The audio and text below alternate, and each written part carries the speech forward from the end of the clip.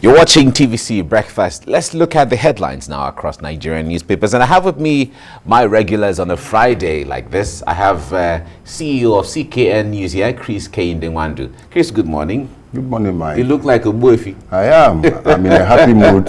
Today's the last day in the year of 2021. So exactly. We look forward to 2022. We just had a pastor now talking about crossovers. And are you crossing over inside of a church? Well, we will surely cross over, but we hope that we will anyway you cross for.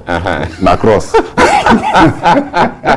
And I have with me here as well, Chartered Accountant, Sesan Okunade. Nice to have you join me. Good morning. Mike. Thank God it's Friday. Thank God it's last day of the month. Thank God it's last day of 2021 as well. Thank God for everything. It was at the beginning of the year, it was like a prayer point. Yeah. Now is a testimony that we are witnessing the last day. Nice to be here. Exactly. Good to see you. Now let's begin from News Direct. News Direct says NDDC forensic audit, Buhari to prosecute officials indicted for financial misappropriation. Remember that money ran into billions of naira from the reports we got. That's News Direct. From there, First News is next, still talking about the NDDC fund of fraud. No culprit will escape punishment, Buhari vows. All right. NDDC fraud, no culprit will escape punishment, Buhari vows there. Okay. From there, let's go to Daily Sun. Buhari talks tough on looted NDDC funds. We'll recover every kobo, he vows. We will recover every single kobo inside of that billions of naira. Right. Okay. Let's move on now to the Nigerian Tribune. NDDC forensic audit. Every kobo will be recovered. Buhari is quoted as saying this. Every kobo will be recovered, right? From there, let's go to This Nigeria. This Nigeria says, goodbye 2021 as Nigerians prepare for crossover to New Year tomorrow amid security economic challenges, right? Okay, everyone's looking forward to it. It's more of an annual ritual now. This Nigeria. Blueprint is next. Federal government declares military to counter threats ahead 2023 polls. And 1,891 terrorists, bandits, others killed in 2021. 22,000 surrender and 996 arrested. 3,535 civilians rescued. 6,481 livestock recovered as well. Okay. All that on the front page of the Blueprint. The Nation newspaper, brace for more challenges. CDS Irabo tells the military. Insecurity, greatest challenge, says Mohammed. And Buhari will leave Nigeria safe, prosperous. These are all comments there on the front page of the Nation. Vanguard newspaper, Electoral Act Amendment Bill, why we injected direct primary clause. Baja, the Speaker of the House of Representatives, is saying this. Says National Assembly may remove clause, pass bill after recess. National Assembly presidency should go back to drawing board, says ex-ACF scribe Anthony Sani and so many other writers there. The Punch newspaper is next. The Punch says the APC National Convention, uncertainty over February date as peace panel flops. Ruling party fears outcome of pending court cases may nullify convention. And Adamu's panel can't conclude reconciliation before convention. This is a chieftain is saying this. Now, let's go to the last one we're looking at now. That's the Guardian newspaper. The Guardian says, 4 years on, Nigeria lags behind in open skies. $1.3 billion revenue agenda. Federal government operators divided on implementation strategy prospects. Local airlines lack corporate governance, cooperation to compete. Experts are revealing all of these in the aviation sector. All right, that's the Guardian newspaper. Okay, gentlemen, let's talk about this NDDC, forensic audit, with the reaction of what the president has said, giving assurances that every kobo will be recovered. let me start with the chartered accountant here for obvious reasons. When monies are inside the system, in a bank or within the banking system, from what we have been told is that wherever that money goes to, every kobo of it can be traced until it is removed from the system, either withdrawn cash and then taken somewhere else, as the case may be. But talk to us how challenging it has been that up until now, the president is still talking about recovering the stolen monies from the NDDC. Yeah, let me start first by saying now it's affirmed from the word of the president that there is indeed a fraud. Remember, I think early this year or late last year, it was still like speculation. Let the forensic auditors carry out their work, and whatever it is will definitely come out. But now, the president has affirmed that indeed, it's not gainsay, it's not side talk. There was indeed fraud. And if you look at one of the cardinal points of this administration, speaks about corruption, how they nipped it on the bud.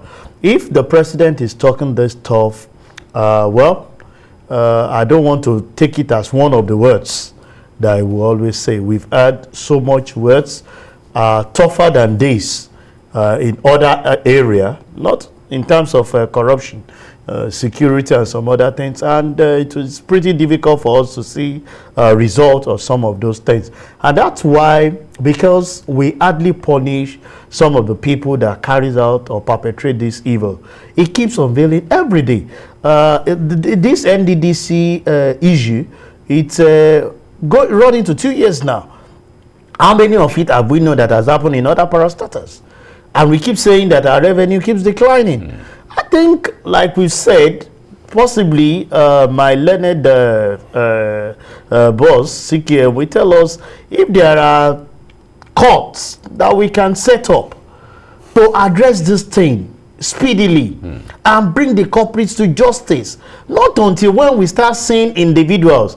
Did you remember the act, the Nollywood film that happened when the chairman of the NDDC came before the panel? You remember?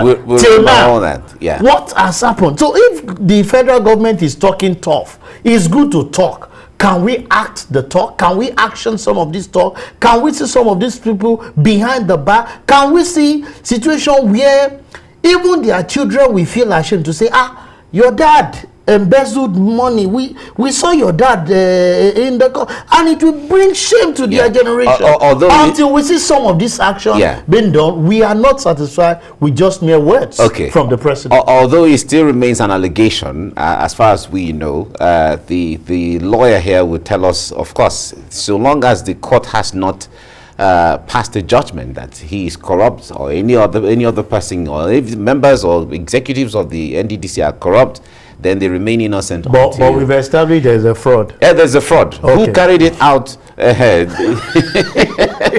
That investigation will come out, and then the court will do whatever they need to do. CKN, well, you are here. They cannot shave your head in your absence, like they say in some of the in some African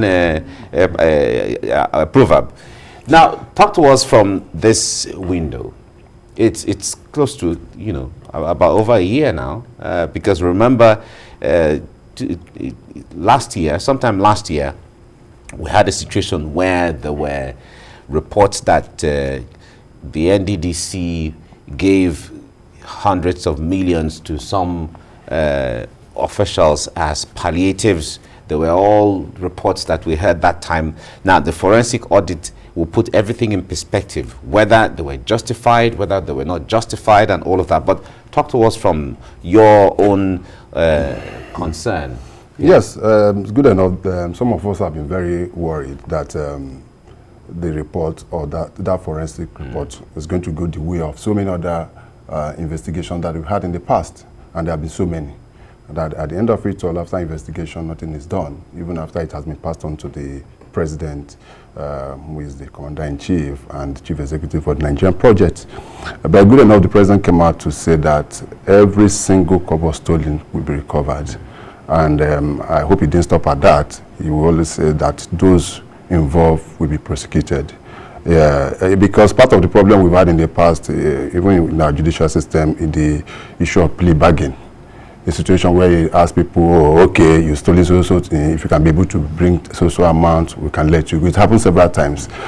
Some people believe that that is the best way to go, so as not to go through the rigorous, the vigor of going through the process of the court, which would take time, take money, and so many things like that. But I believe that if that's the way the president wants to go in 2022, just barely 1 year and a half before the end of his term, all well and good. We look up to that, because that's part of the promises. New Year resolution, because those are part of the promises he's made to Nigerians when he was campaigning in 2015, that corruption will become a thing of the past in Nigeria. We've not seen that. So the court will determine, yes, what the panel set up, the forestry panel set up, only do is to identify those who are involved. Then that will be passed on to the court. And I hope that the judiciary will also do a very, very thorough job on that, so that we don't we don't believe in technicalities and the rest of them and some people. Because let me tell you, most of those guys that stole these billions have money, enough war chests to be able to hire any senior advocate of Nigeria to defend them. You understand what I mean? So that in the sense, so the government will also make sure that most of all its own investigation are well listed, and that is part of the problem we also have with most of the graph agencies like EFCC and the rest of them. You take people to the court not well prepared, in as much as you know that these people did this, perpetrated this act, but when you are not well grounded in your investigation, all your evidence is not pointing to that. Then you get to the court and they knock it off, and that's the end of it. Because just as Sesan rightly said, Mike, the popular call, off the mic. It's like because off the mic. I remember. All the people were fainting and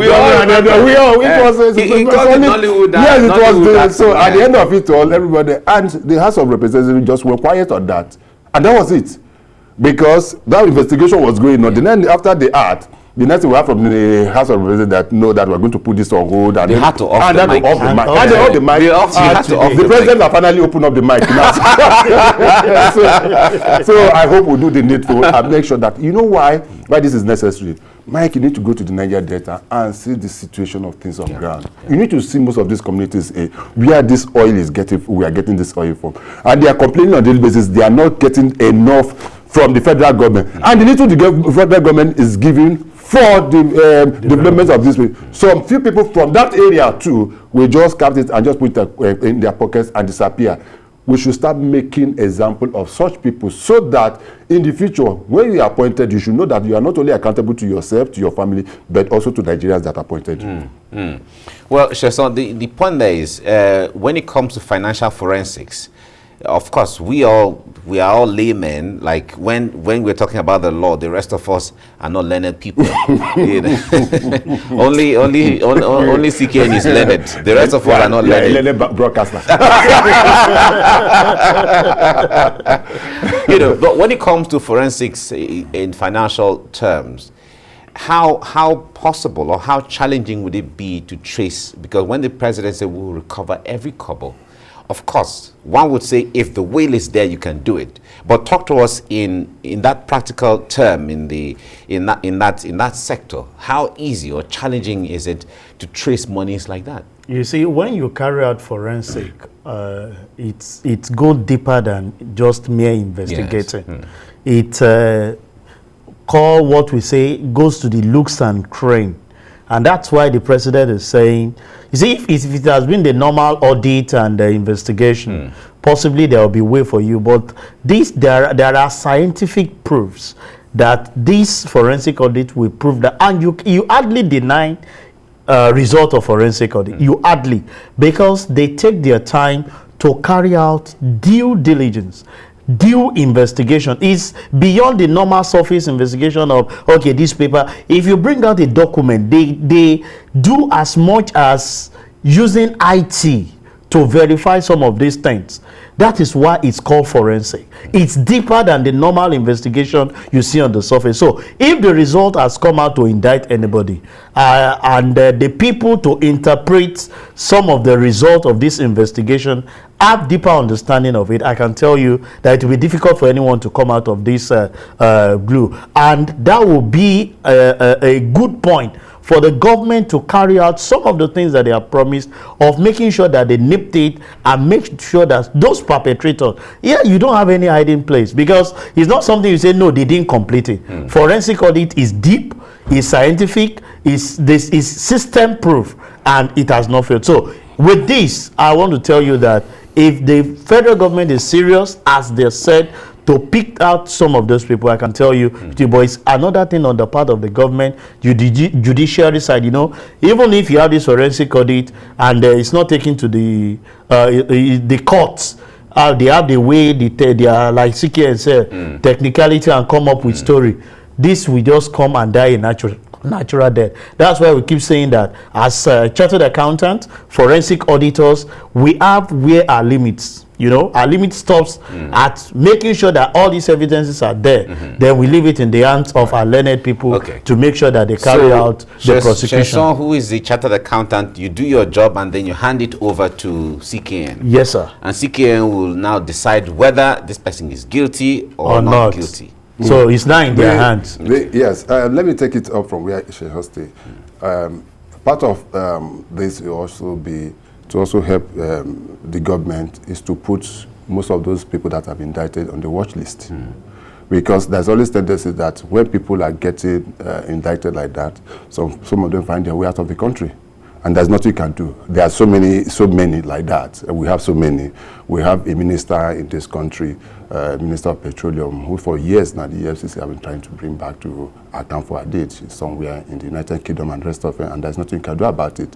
Once they're able to find their way out of the country, then that is it. It becomes a problem because it becomes a challenge. You start looking for Interpol to help to repatriate the person and rest of them, except for someone like, which is not related, someone like Nnamdi Kanu that the government was able to pick from Kenya, either through the right means or wrong means and whatever. But you find that once Nigerians find their way out of the country, they can go to the Bahamas and just be enjoying their loot. So part of the system is to help the government, is also for the federal government or the presidency to send that list to all security agencies, the immigration, the DSS, and all the necessary agencies. It's not just arrest. You don't have a warrant of arrest to arrest anybody now, except you get one to arrest them, which could also happen. But if you don't have a warrant arrest, they are still as innocent as they can be until the court proves. But the fact is that they must be kept on the watch list and make sure that they don't escape. We must start making example of people that perpetrate this act. If you don't do that, then Mike, we are in trouble because on a daily basis we let people either at the federal level or appoint people, and they just see that that is an opportunity for them to amass wealth. The little money, Mike, what we not get. The money will not be the same money. Exactly. The government is going on a daily basis, going and begging and borrowing from the little one they borrow. Some people just come around and just want to live, and that is all right. We just hope the government will do something about this. Of course, the word of the president is law in that context, and he has said every kobo will be recovered. So let's wait to see how this new year resolution. Give him the benefit of the doubt. Yes, exactly. Let's see how it goes. In the next 1 minute, let's see what's crossing over New Year resolutions will look like. Sesan, I wonder what you're resolving for next year, one way or the other. Yeah, well, just to remain focused, we understand what we are faced with in the country. Be very hopeful, as we've always been doing. Be very Are you prayerful. crossing over inside of church? Yeah, we'll cross over. Who will cross over? We'll cross over. Okay, I will cross over. Yeah, it will happen. Specific. It's left to you. Very good. Yes, okay, it's all right. Zikian, are you crossing over in the church too? I will try to cross. But my challenge is, Mike, what happens is that towards the new year, we all have a resolution. No, of course, sometimes we forget. You say sometime about it. Very good. Now, within 48 hours, you don't forget that resolution. So, but we just pray that we meet 2022 in good health and all that we desire. God will provide for us. And we'll pray for a better Nigeria in 2022. In fact, this last statement you made now is what has kept us going on. That is all. So, that is it. Yeah. Well, no matter how bad things are, Nigerians are always hopeful, Hopeful. praying for the country, praying better. for everybody, and look, that is what keeps us That going. is the only thing you that know. keeps us going. Yeah. And that's what we hope All for right, 2022. we look forward to a greater 2022 for everyone, for Nigeria, and for Africa as And well. for you too, Mike. And for all of us, yes. Thank you very much. Thank you very much. Chris Kehinde Nwandu, thank you for coming on the Thank you very program. much, Thank and it's been good doing it this year. Yeah, exactly. And we We hope to do it better will next do year. next year better. By the grace of Thank God. you. Sesan Okunade, thank you very much for coming. My pleasure always, you. Mike, to be with you. Thank you. See you next year by See God's you in grace. 2022. Yeah. Right.